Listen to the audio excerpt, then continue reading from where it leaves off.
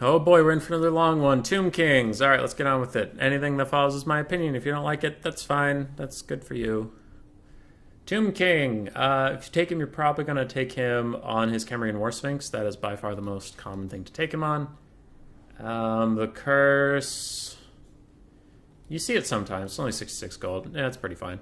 My Will Be Done is excellent. Almost always take it. It's 5 melee attack, 5 melee defense to everyone around you for only 150 gold. Reanimate, I personally don't see it taken very often. Leadership doesn't really matter to the undead. Their leadership is super low in most cases. Like at that 44 or 30 and that kind of stuff. And they don't break, they just crumble, so save yourself the effort. Tomb Strike's pretty good. 24 melee attack, 30 base weapon damage. Never mind. If he's on a Sphinx, his base weapon damage is abysmal because of his armor piercing. And he already causes terror, so that's just not worth it. If it's on his horse, if he's on his horse, maybe, but on his other thing, no. If his hit points gets below 50%, 20% damage resistance for 240 gold, this might be worth it just because Tomb Kings are so reliant on their lord, and also his health pool is gigantic on his Sphinx.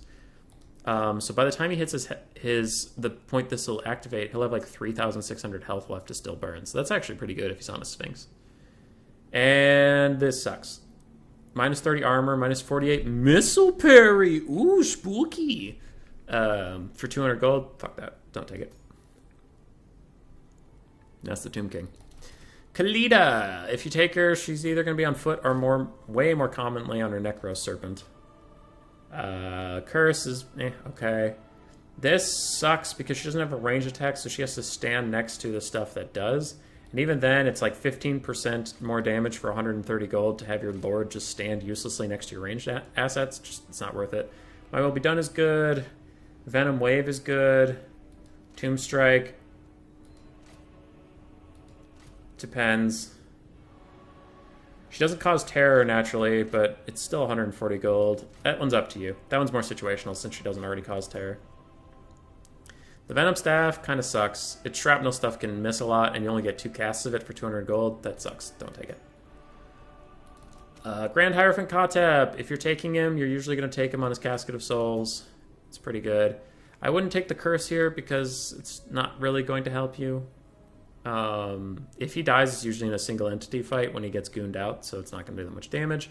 Restless Dead is super good. Like, I normally don't comment too much on the lore attributes, but the Nehekara lore attribute is super critical for this faction, so take it.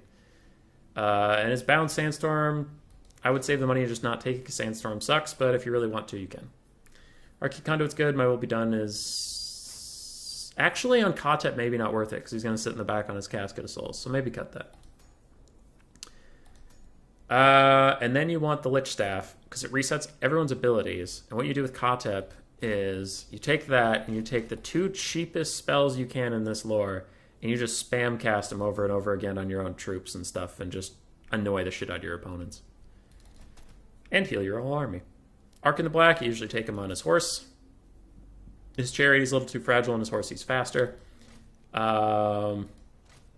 Personally, I would take these 2 off. My Will Be Done is good. Libra Mortis is excellent. Spells, do whatever you want. His Staff Nagash is huge. It is great. It is awesome. And his Tomb Blade of Arkan is also amazing. You can summon units of skeletons to protect yourself. So those are all really good. Cetra the Imperishable. You're usually going to see him on his War Sphinx. Sometimes on his Chariot of the Gods. There hasn't been too much testing since Chariot's kind of got better, but usually his Chariot's a little janky.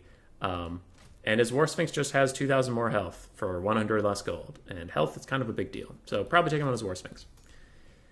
I wouldn't use the Curse on him personally. Restless Dead is good. Wrath of Petra is also quite good. If you're going to be fighting infantry or something, or any chance of ethereal units.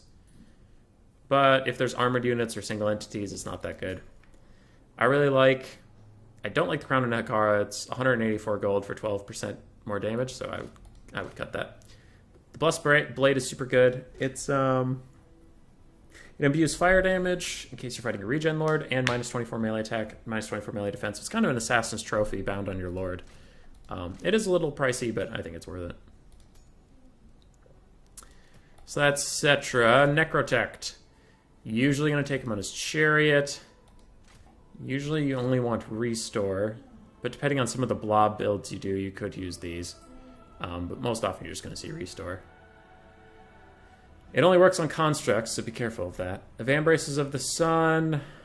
Disabled if leadership is broken, which on a Tomb King isn't that hard to do. -10 melee attack, 20% weakness to fire. It's very expensive, so I'd only take it if you have some source of fire melee damage that you're trying to exploit, like, I don't know, Cetra on his Chariot of the Gods or with his blade.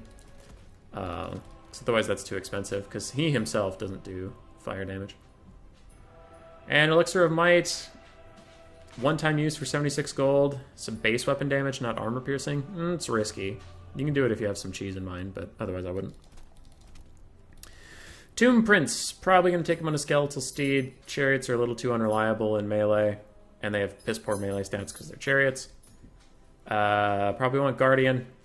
Curse of Dejaf is really good. Tomb Strike on him is really good because he definitely won't cause terror and he needs that melee attack for his hit and runs on enemy lords. Cloak of Dunes is probably not worth 143 gold.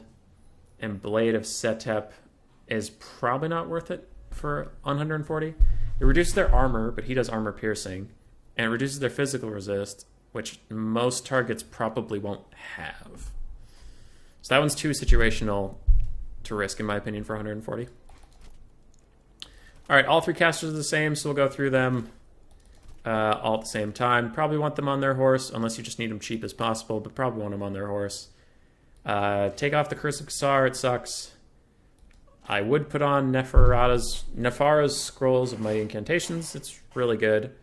It's an Arcane Conduit that gets affected by how many friendly units are nearby, so just put them in your own dudes. And 60% magic resist on a cooldown, affects allies in range. Depends on who you're fighting. If someone's going to try to like fireball snipe you or something, this can be really good to put next to your lord, like Arc in the Black or something. But otherwise, it's really expensive, so be careful. That's Tomb Kings.